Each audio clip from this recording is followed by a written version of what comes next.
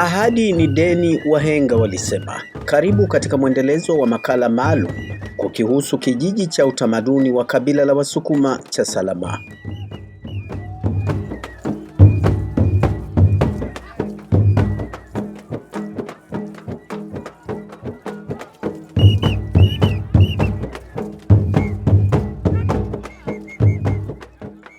Panatarajiwa kuwa makazi ya kudumu ya ngoma na shughuli mbalimbali za utamaduni wa Wasukuma.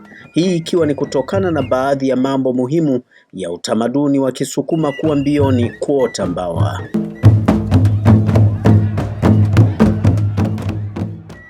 Mbegu ya ukuaji na ustawi wa kidiplomasia imepandwa katika kituo hiki na tayari nyota njema imeonekana hata kabla ya asubuhi kupitia msanii maarufu Inoni Manongu aliyeamua kuuvusha utamaduni wa Wasukuma nje ya mipaka ya Tanzania, na pengine anaweza kushawishi watu wengine zaidi nje ya Tanzania kuupenyeza na kuusambaza utamaduni huo, na hatimaye kuwa lango la kusambaza hata tamaduni nyinginezo za Tanzania ziweze kufika nje ya mipaka ya taifa.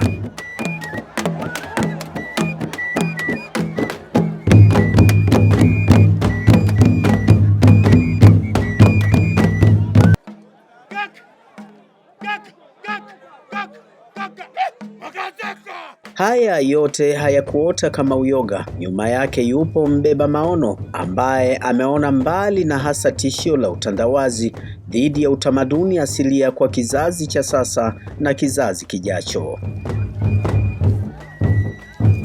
Wazo kuu la kuanzisha sehemu hii ya kutunza urithi wa utamaduni wetu wa Kisukuma ni baada ya kuona katika mchanganyiko wa tamaduni mbalimbali, tunaona pamoja na utandawazi uliopo, baadhi ya tunu zetu za utamaduni zinaenda zinamomonyoka, zinaachwa, na mwelekeo wengi wa kupenda utamaduni usio wetu unakuwa zaidi na hasa utamaduni wa magharibi.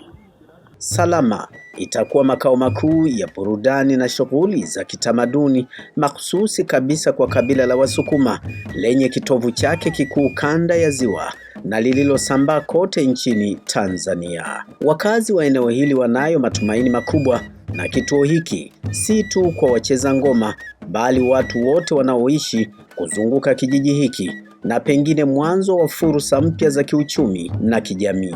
Sana.